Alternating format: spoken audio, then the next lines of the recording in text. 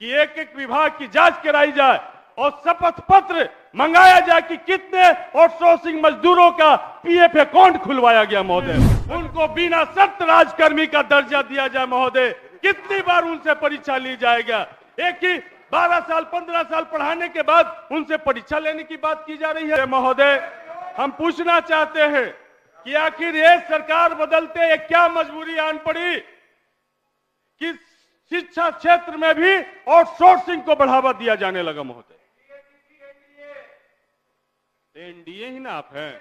अरे इधर देख के बोलो भैया, इधर तो भैया हाँ बोलिए। आउटसोर्सिंग को बढ़ावा दिया जाने लगा महोदय। जो रात्रि प्रहरी की नियुक्ति माननीय विधायक लोग की अध्यक्षता में किया जाता था, जिसका मानदेय 5,000 रुपया तय करते थे महोदय, अब आउटसोर्सिंग के माध्यम से 10,000 रुपया दिया जाएगा, लेकिन वो भी उसको नहीं मिलेगा महोदय।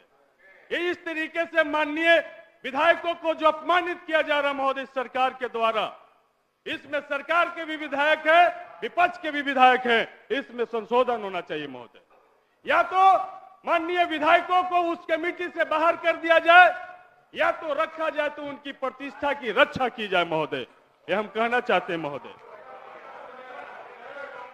और आउटसोर्सिंग में महोदय सबसे महत्वपूर्ण चीज है कि यदि आरक्षण को खत्म करना है तो उसको विभाग को आउटसोर्सिंग में डाल दो। उसमें न अनुसूचित जाति को आरक्षण मिलेगा, न जनजाति को मिलेगा, न अति पिछड़ा को मिलेगा, न आर्थिक रूप से समान वर्ग के बच्चों को भी मिलेगा महोदय।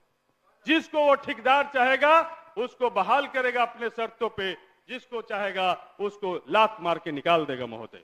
ये है आउटसोर्सिंग का। तो इसलिए आउटसोर्सिंग के तरफ जो जा रहे हैं, हमें सरकार से, डबल इंजन की सरकार से हम अपील और मांग करते हैं महोदय कि आउटसोर्सिंग में भी रिजर्वेशन पॉलिसी को लागू किया जाए महोदय।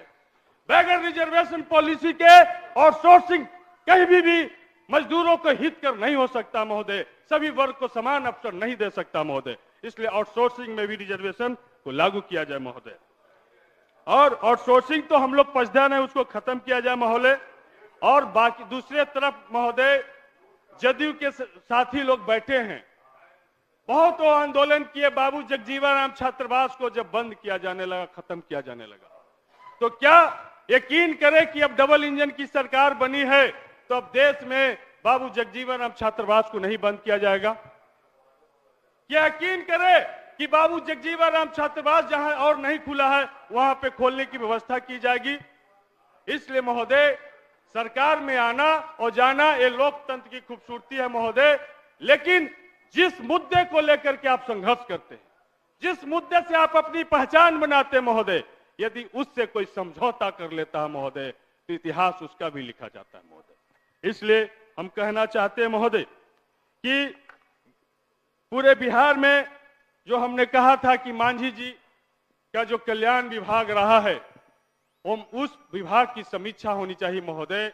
आज वहां पे जो स्थिति है आउटसोर्सिंग से, जो वहां पे रात्रि प्रहरी या तो गार्ड बहाल किए जाते हैं महोदय, रसोईया बहाल किए जाते हैं। शर्मनाक स्थिति जब आया, जब मांझी जी के सामने आकर के वो बोल रहे थे कि हमरा तो 2600 रुपया पे मिला हो, हमरा तो 3200 रुपया मिला हो, कुछ उपाय करूं हमारे बाल बच्चा के पेट न चलाए। तो क्या इसी तरह का आउटसोर्सिंग की परिकल्पना हम लोगों ने किया था? क्या इसी तरीके का हम लोगों ने व्यवस्था चाहा था कि मजदूरों को आउटसोर्सिंग से माध्यम से उनको हम काम देंगे, लेकिन 3200 और 2600 रुपया में हम उनको काम देंगे? और गया का, जहानाबाद का एक एक विद्यालय की जांच करा ली जाए। अगर उस विभाग के पदाधिकारी है देवेश सेहरा जी, उसके विभाग के अच्छे पदाधिकारी हैं, हम उनसे निवेदन चाहेंगे इस सदन के माध्यम से कि एक एक विभाग की जांच कराई जाए और शपथ पत्र मंगाया जाए कि कितने आउटसोर्सिंग मजदूरों का पीएफ अकाउंट खुलवाया गया महोदय। बगैर पीएफ अकाउंट खुलवाए उनको आउटसोर्सिंग पे रख लिया जाता महोदय। इसलिए हम कहना चाहते हैं कि बिहार के गरीब गुरबे के साथ नहीं खेला जाए महोदय।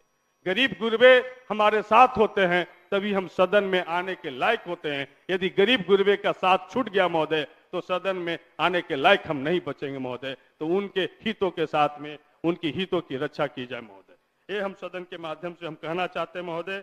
दूसरे तरफ महोदय, हम शिक्षा विभाग में महोदय, शिक्षा विभाग का बजट है, नियोजित महोदय सड़क पर हैं, जो मांग कर रहे हैं, जो पिछली सरकार ने घोषणा की थी कि उनको बिना शर्त उनको राजकर्मी का दर्जा का जो बात था महोदय, हम सदन से चाहते हैं, वित्त मंत्री जी यहाँ पर हैं, शिक्षा मंत्री भी वही है महोदय, तमाम सरकार यहाँ पर है, उनको बिना शर्त राजकर्मी का दर्जा दिया जाए महोदय।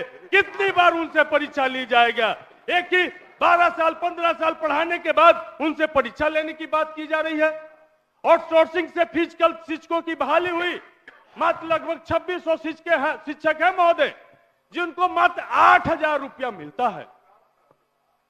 तो सबका मानदेय बढ़ रहा है, सबका नियोजन राजकर्मी का दर्जा दिया जा रहा है। तो हमारे प्रधानमंत्री भी महोदय योग को पूरा विश्व में फैलाने का काम किए, और बगैर फिजिकल टीचर के, बगैर शारीरिक शिक्षक के महोदय हम योग की कल्पना नहीं कर सकते हैं, खेल की कल्पना नहीं कर सकते। समय समाप्त होने वाला। तो महोदय ये हम चाहते हैं महोदय कि उनके जो 2600 जो फिजिकल टीचर हैं, उनको ये सरकार उनको भी राजकर्मी का दर्जा दे, और उन जो परीक्षाएं ली जा रही हैं उनमें उनको भी बैठने का परमिशन दिया जाए महोदय। ये सदन से चाहते हैं महोदय। दूसरा, एक जब हमारी समय समाप्त हो रही महोदय, तो एक कहानी हम सुना करके, छोटी सी कहानी हम अपनी सुना करके महोदय हम अपनी बात को खत्म करेंगे महोदय। एक तानाशाह हुआ था महोदय हिटलर, जिसकी चर्चा पूरी दुनिया में है। वो हिटलर कुछ भी करता था, कितनों भी पब्लिक पे जुल्म करता था, सारा प्राइवेट सेक्टर बेच देता था, लेकिन लोग उसको जयकारा करते थे। हिटलर का नाम तो बजट में नहीं है महोदय, बजट में है क्या? कहानी है महोदय। आप भी सदन में बहुत कहानी सुनाते थे महोदय, एक मेरी भी कहानी सुन लिया जाए महोदय। तो महोदय वो हिटलर की जयकारा होता था, तो प्रेस मीडिया के साथियों ने पूछा कि आप इतने पब्लिक पर जुल्म करते हैं, आप इतने गरीबों पे जुल्म करते हैं, आपका जयकारा क्यों लोग करता है? तो उन्होंने कहा कि हम ऐसे नहीं बताएंगे, आओ एक बंद कमरे में प्रेस कॉन्फ्रेंस करते हैं। और वहां पर एक मुर्गा को लाया गया महोदय, जिंदा मुर्गा को, और जिंदा मुर्गा को लाने के बाद महोदय हिटलर ने उसके सारे पंख को नोच दिए, सारे शरीर से लहूलुहान खून बह रहा था महोदय। और उसके बाद मीडिया के लोग अवाक होकर देख रहे थे कि क्या कर रहे हैं हिटलर। उसके बाद वो एक कोने में जाके सहमा हुआ सा, दबा हुआ सा था महोदय। उसके बाद 5 दाना महोदय, 5 दाना चावल का लाया गया, उसके आगे छीटा गया महोदय। वो दुम हिलाते हुए चावल खाने लगा महोदय। यही हाल इस देश की जनता का कर दिया गया महोदय।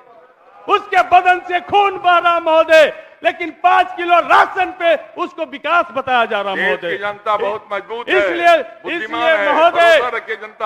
महोदय हिटलर की कहानी को देश में दोहराया जा रहा महोदय। इसलिए जब हिटलर शाही नहीं चली महोदय, तो ये देश किसी भी मोदी शाही को, नीतीश शाही को बर्दाश्त नहीं करेगा महोदय। इसलिए ये हिटलर का देश और झूठलर का देश को हम नहीं बनने देंगे महोदय। इसलिए महोदय हम यही कहना चाहते हैं, अरे बैठ जाइए। ये जो महोदय जिनको महोदय हिटलर से, अध्यक्ष महोदय, आप बैठ जाइए, हो गया आपका।